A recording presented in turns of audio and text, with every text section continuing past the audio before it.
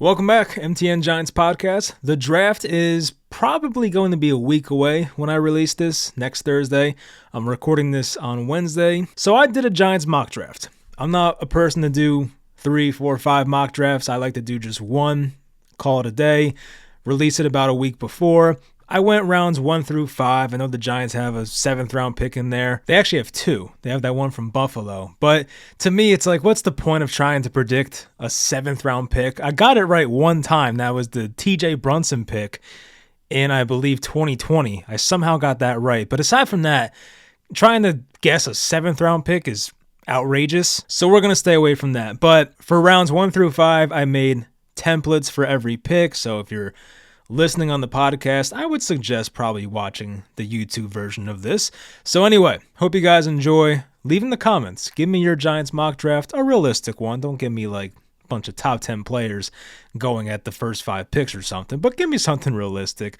Hope you guys enjoy, and let's get into it. The 3rd overall pick, which is where the Giants have found themselves slated, which still pisses me off. They should be 1st overall, but anyway. The odds are saying that Cam Ward goes first. It's a minus 20,000 that happens. So yeah, Cam Ward, 1st overall. 2nd overall, a little more question, but it seems like Travis Hunter is going to be the pick based on the odds. He's a minus 400 right now. I guess that could change, but we've seen it go from Shedeur to Carter to Hunter. Right now, I still think Hunter goes 2nd overall, which sucks because he was my next best player I would take. Well, he's the first position player I would take. I'll put it that way. But 3rd overall, and I'm trying to guess what I think the Giants will do. I partially blended this in with guys that I like, but also what do I think the Giants will do. So with that said, I have them taking the edge rusher Abdul Carter out of Penn State, 3rd overall, which I'm sure most people watching this are probably happy about that. There are people still in the Shedeur Sanders hive. I'm one of them. I prefer Shedeur Sanders at 3rd overall.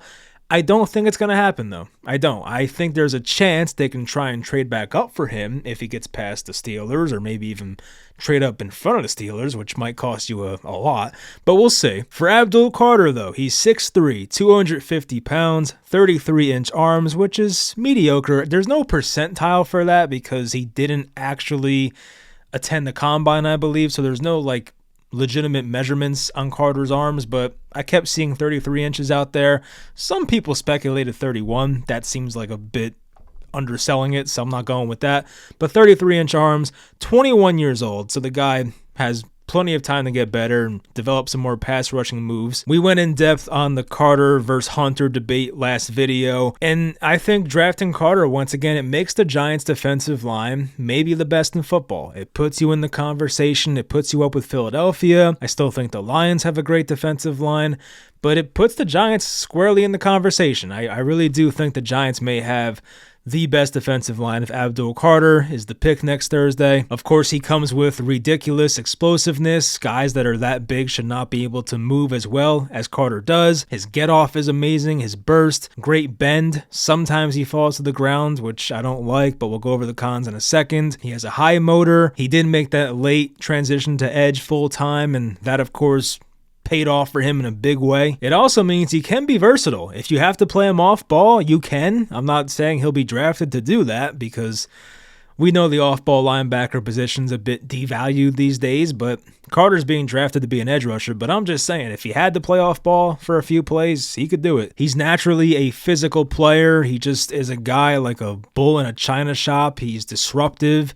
He has those long strides. He covers a lot of ground. And he's pretty natural when dropping back into coverage, which I'm sure that has to do with his off-ball linebacker background. But he's still good at that. And in this defense that the Giants play with Shane Bowen, they ask their edge guys to do that sometimes. We saw Brian Burns, who I think Brian Burns almost had a pick last year when he dropped back in coverage. He dropped it though. And Kayvon Thibodeau did the same thing. So that's part of the Giants defense, and Carter can do that. I would say the cons for Carter: he loses balance once again. He's on the ground too many times for my liking. His arm length seems average. It's not terrible. It's not great. I would say average. He does have some issues with offensive tackles that have more length and have the same amount of strength or more strength than Carter, so that could be an issue as well. And yeah, he could probably develop some more moves to the inside. I feel like a lot of his pass rushing situations were trying to just beat the guy with speed. He would do that ghost move and try to get to the outside shoulder. And he's good at it. Once again, he has the great bend that can be successful doing that, but you would like to see him develop a full arsenal. But overall, this is a guy that's compared to Von Miller. I've seen him compared to Micah Parsons. Once again, I did like Parsons more coming out in 2021. And Joe Schoen said at his presser today that he is not really concerned at all with Abdul Carter's injury with the foot, the shoulder. It's mainly the foot though. And based on Shane's comments today, once again, I'm trying to predict what they're going to do here. If it's me, once again, I'm taking Sanders. I think the pick will be Carter though. But based on how Shane has talked and just how some of the rumors have gone and the way the Giants have moved with signing two quarterbacks and two quarterbacks that can start for you when you need to, Russell Wilson, Jameis Winston. So the Giants are not in a position where they're forced to take a quarterback. Shane kept saying over and over again, if the value matches, we'll take a quarterback. But I just think that's code for saying we're going to take the best player available. So I think they go Carter, or if Hunter fell to 3 instead, they would go Hunter. I think they'll try to trade back up for Sanders, maybe try to trade up for Dart. Maybe they take Milroe in round 2, which seems to be, I feel like the Carter-Milroe stack has been a pretty popular mock draft for the Giants lately. I think two big mock draft guys did it recently for the Giants. I forget if it was Mel Kiper or Jeremiah. I forget who did it, but there were two that had the Giants going in that order. So maybe it is Abdul Carter, Jalen Milroe, or maybe it's just a coincidence. I don't know. But for me, third overall pick, I think it's Abdul Carter. Second round for me, pick number 34. I'm going to have Donovan Jackson, the guard/tackle out of Ohio State. It's actually funny. I was looking this up before. The Giants have not taken an Ohio State player since Eli Apple in 2016.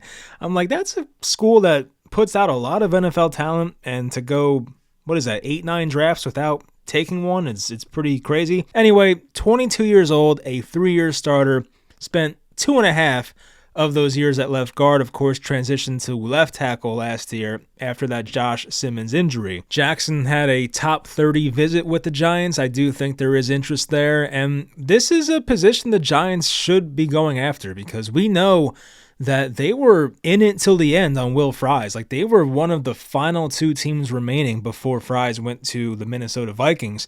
So the Giants were in on that right guard till the very end. And I think Joe Schoen has shown us, based on his drafting history, he doesn't say he reaches for need or tries to take positions of need, but based on what we've seen so far, he does take positions of need, or tends to lean that way, I should say. And I think with the pursuit of Will Fries, I do think they're going to look for a right guard. I don't think they're going to trust Evan Neal or Greg Van Roten to be the guy going forward. So I think, those guys can, specifically Van Roten, he can last for a season, maybe another, I don't know, but he's not your long-term answer is what I'm trying to say. So if you get a Donovan Jackson, I think it gives you good insurance for really 4 spots on your offensive line. But I was going to say Andrew Thomas because of his injury history in recent years. You can try to put Illuminor at left tackle, keep Jackson at guard, or you can just put Jackson at left tackle, which we've seen him do, and he got better at it as the year went on. He's 6'4", 315, 33.5-inch arms, which is 43rd percentile for guards, so little below average, but still. Decent arms, not a big issue. His pros are his footwork, his technique. He's solid in pass pro. He has a high floor. I think he's a pretty safe prospect overall. He's not a guy who's going to be this elite athlete who dominates every single snap. There's some inconsistency in there. And when he was at left tackle, he struggled a bit with the speed rushers. He had a tough time with Abdul Carter when he played against Penn State. That's when he was a left tackle, though, so that was a tough transition. But overall, I would like this pick a lot. I do think they want to try and address offensive line early. That seems to be a position that this regime always tries to attack, which is nice because, as we said, before Andrew Thomas got hurt last year, this was a top half of the league offensive line. It really was not that bad. So if they can try and get back to that, and hopefully Thomas stays healthy, that can be a fine offensive line. We still have our concerns about JMS, obviously, at center, but I don't think they'll pull the plug on him yet, but I think Jackson's just going to be a good football player at the next level, whether it is at guard or tackle. I guess it depends on where he's needed or where whichever team takes him prefers him to be, or if they can really envision him being a left tackle for his entire career. I mean, he could. I would probably prefer him at guard, but he could. I've also heard things that he's like a good leader. He was a good leader for Ohio State last year. I mean, he was there for 4 years, but he was a guy who stepped up when the team needed him. No ego involved. You know, you want me to move to left tackle to help the team? Sure, I'll do it. So I like guys like that. This regime loves the smart, tough, dependable type of guys, and I feel like Jackson kind of fits that, so I'll go Donovan Jackson with the 34th overall pick. For round 3, pick 65, I have Alfred Collins, defensive tackle out of Texas.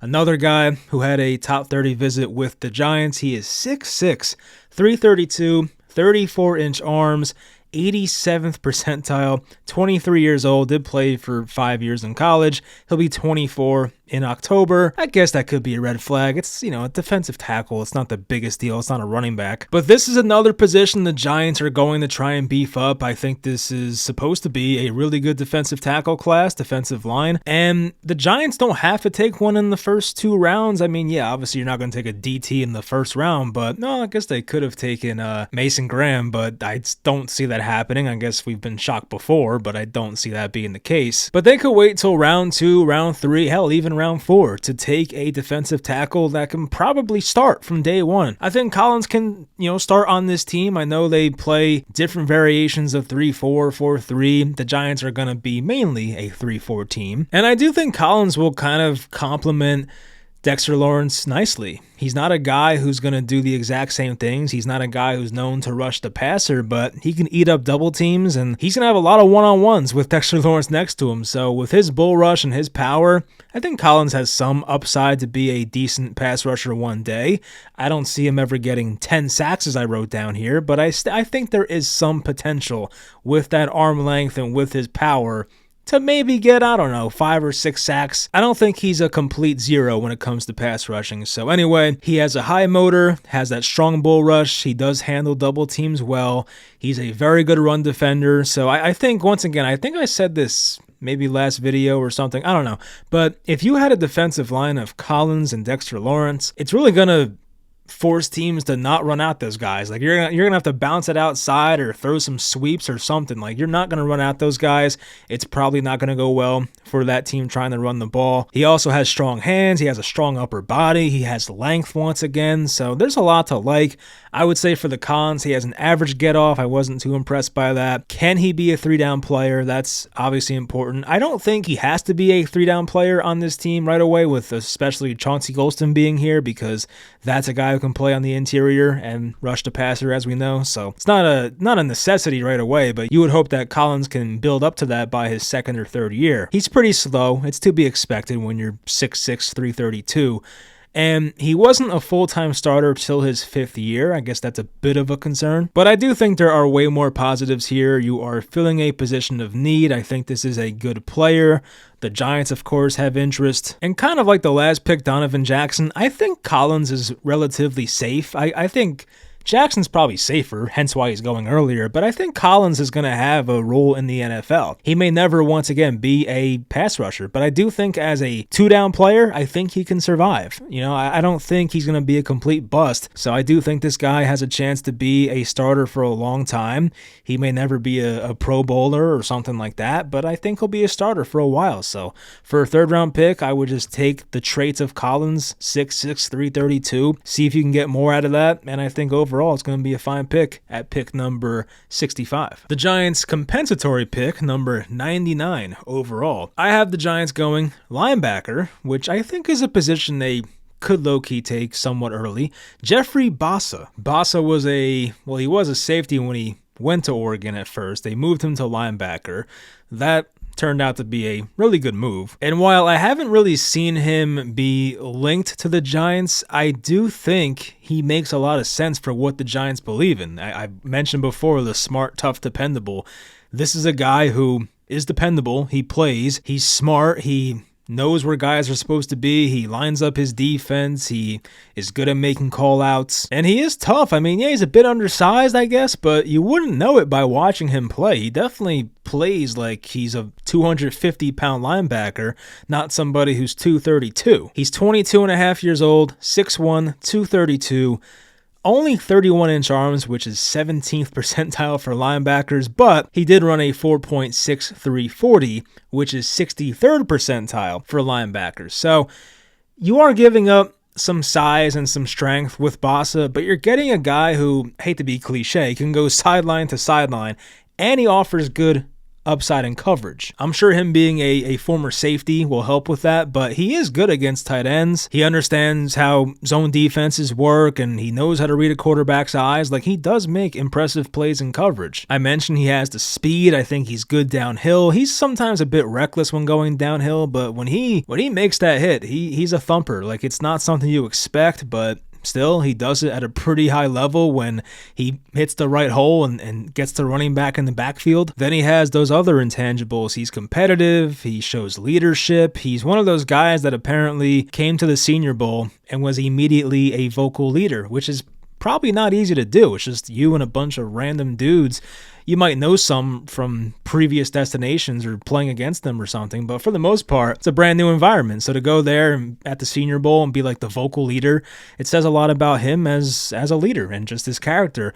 And he's a good communicator. So I think the Giants would like a guy like Bosa. I'm surprised they have not interviewed him as far as I know, but just because they didn't, it does not mean they won't take him. These things happen. I would say the cons for him, his change of direction was a bit underwhelming. He's small, he's light. He does take, as I said, kind of bad angles against the run sometimes. He sometimes will overshoot and miss a guy, so those things happen. But I think for the most part, just a guy that can be a fine coverage linebacker, a guy who has speed, a pretty good tackler for the most part. So as I said in the beginning, I think linebacker can be one of those kind of low-key needs for the Giants. I mean, you look at their depth chart right now, Micah McFadden is in a contract year. He was in that draft class of 2022. Yeah, that sounds right. 2022. And for Bobby Okereke, he's 29 now. He's in year 3 of his 4-year deal. But if he has a down year, the Giants can save, like, I think it's either $9 or $11 million next year if they release him. So there's no guarantee that either guy will be here next year, and I think if they want to be a bit proactive and try and get a linebacker like Bosa, who I think some people have actually compared him to Bobby Okereke, which is ironic, but to do that now rather than like go into next offseason being like, oh damn, we don't have a linebacker, let's overpay for this guy. Like, I think getting a Bosa in the building is fine. I know they have Darius Muasau. I mean, I don't think his upside's that high. Bosa's faster, much better in coverage. Like, I think there is just more upside with Bosa. So I think it's a possibility, and I have him going at 99th overall to the Giants. Round 4, pick 105. I have the Giants taking a corner, Coby Bryant, a Kansas Jayhawk, a guy who he said at the Combine that he had, I don't know if it was a visit or he spoke with the Giants, there was something there. But there is some relative interest for the Giants in Coby Bryant, the cornerback. He actually was named after Kobe, the basketball player. Just happens to be spelled differently. And I wrote down in the blurb here that he does have some Mamba mentality to him. Like, he's a fiery competitor, has an attitude, could be a bit cocky, I guess. But those are things I do not mind at the cornerback position. Like, you need that. I want my guys to be, I'll say it, I want my guys to be assholes at the cornerback position. Why not? Not like in a Eli Apple type of way, but like to opponents, not your own teammates, where you have your defensive leader calling you a locker room cancer in your rookie year. You don't want that, but you want a guy who will take it out on the opposing team, not your own. For Bryant, he is 6 feet tall. I put 180 in question marks because, like, I saw some places list him at 170, but his combine weight was 180, so I'm like, all right, we'll go with that. Maybe he's 175. I don't know, but he's a very slender, skinny frame, 31.4-inch arms, 39th percentile. His arms on film, like, they look longer, but I think it's just because of his body type. They look longer because he's so damn skinny, but still, 39th percentile, not a big deal. His 40 time was 4.53. That, of course, could have been better. He's 22 years old, still pretty young. For the pros, I would say he's competitive. He's a playmaker. He has 13 career interceptions at Kansas. He has good instincts, especially in zone. He breaks on the ball really well. He's a willing run defender. I'm not going to say he's a great tackler. He's not like a sure tackler, but definitely willing. That's what I watch out for with cornerbacks. I don't want a guy who is accused of doing what Sauce Gardner does and like just kind of shies away from making tackles. I want my corners to be part of the 11 men on defense trying to tackle a running back in the flat. Like, I don't want guys that shy away from it. This guy doesn't do that. So he is a willing run defender. He does have some big hits. Like, if you look up Kobe Bryant's film, it's spelled Cobee, you're going to see some big hits. Like, when I first saw him, I'm like, this guy probably can't tackle for shit. And then you watch him, it's like, oh, all right, well, I didn't see that one coming, but that was impressive. So pleasantly surprised. For the cons, he has a skinny frame, very skinny frame, too grabby. I mean, that, of course, can result in penalties. He did have, like, quite a few penalties I saw last year. His top-end speed, and the 40 times showed it, is not elite, 4.53. So does he have that make-up speed if he gets beat off the line? Probably not. But if you're looking for a guy who is a competitor, fiery, can make plays on the ball, which this defense damn sure needs. I know bringing in Holland and Adebo is going to help with that, but this defense needs guys that can take the ball away from the opponent, and I know that Kobe Bryant can do that. I know corner's not like the biggest need for the Giants. I want to make sure I'm not forgetting anybody, but Adebo, Cordell Flott, Drew Phillips at nickel, Deonte Banks. Like, yeah, he's probably not going to start right away, obviously. This is, a 4th-round pick at this point, so I don't see him being a day one starter, but I think he's a guy who, if everything goes right for him and you teach him some technique, don't be so grabby, can you be better at flipping your hips, which I've seen people criticize him for. And God forbid, I'm not going to, I don't want this to happen, knock on wood it doesn't, but what if Paulson Adebo comes back and he's not the same guy, or he gets re-injured, which I don't want to happen once again, but what if? Or what if Deonte Banks is just ass? Like, I think there's some upside for Banks. I think he's like, if he just gets his head turned around, I think Banks will be fine, but it's not a guarantee once again. So I think taking a shot at corner in round 4, where you can still get a decent player, I think taking a guy there is fine, and I think Kobe Bryant might be the right guy to do it with, so I have the Giants taking him at 105. Round 5, pick 154. My last pick of this mock, of course, as I said before, there are 2 other picks the Giants have in the 7th round.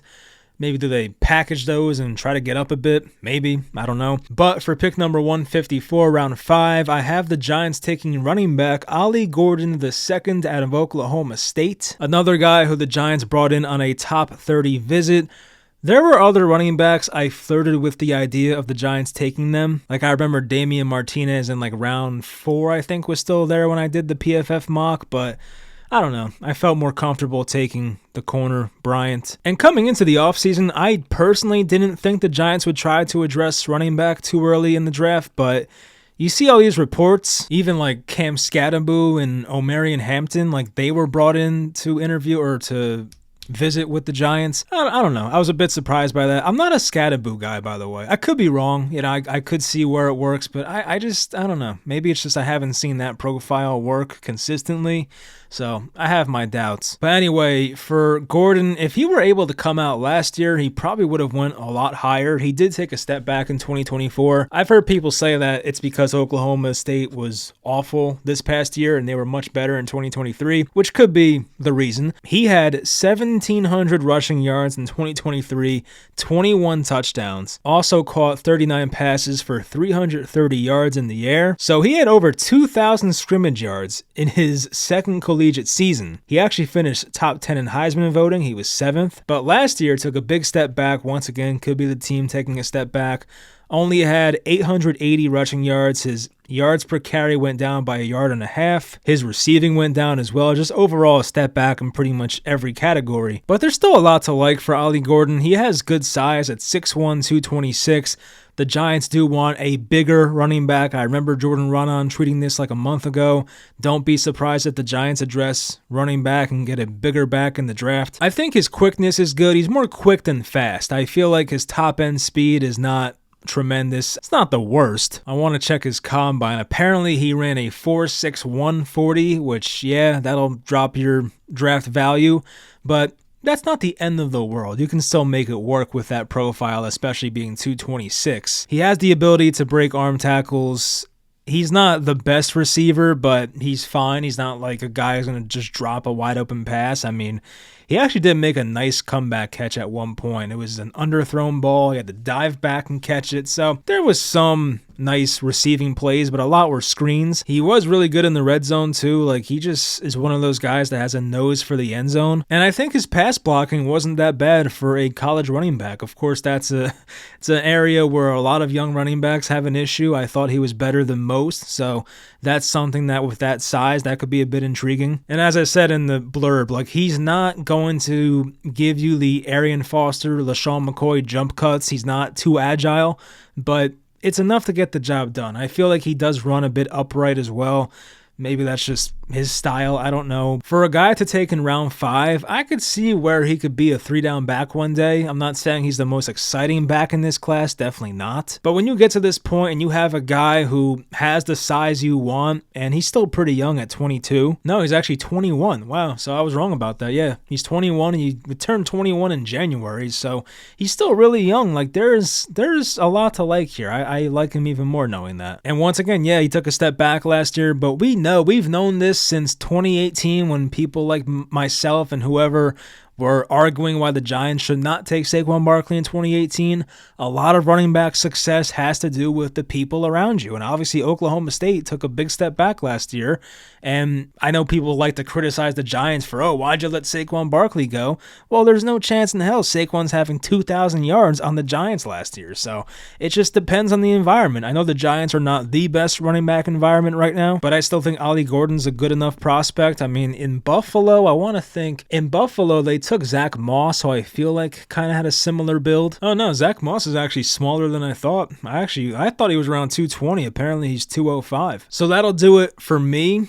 I know I did not have the Giants taking a quarterback, but once again, yes, I could see it happening, and I hope I'm wrong. I do want the Giants to take one. But just listening to the Joe Schoen quotes and just, once again, knowing that Russ and Jameis are here, I'm not fully convinced they're going to reach for a quarterback. I feel like Joe Schoen's pretty stubborn with this. I've seen the speculation out there from people like, I saw Chad Forbes had a tweet and Dave Syverson as well. These people are saying that apparently Brian Daboll likes Shedeur Sanders more than Joe Schoen does. And Joe Schoen actually gave us an interesting quote today where he basically said there's going to be disagreements, but if we can't agree, it comes down to the general manager. So I just don't get the vibe that Joe Schoen is into any of these quarterbacks at pick 3. And if the value met at pick, 34, I think they are? Yeah, 34. If they think if they have Milroe as the highest on their board and he's there at 34,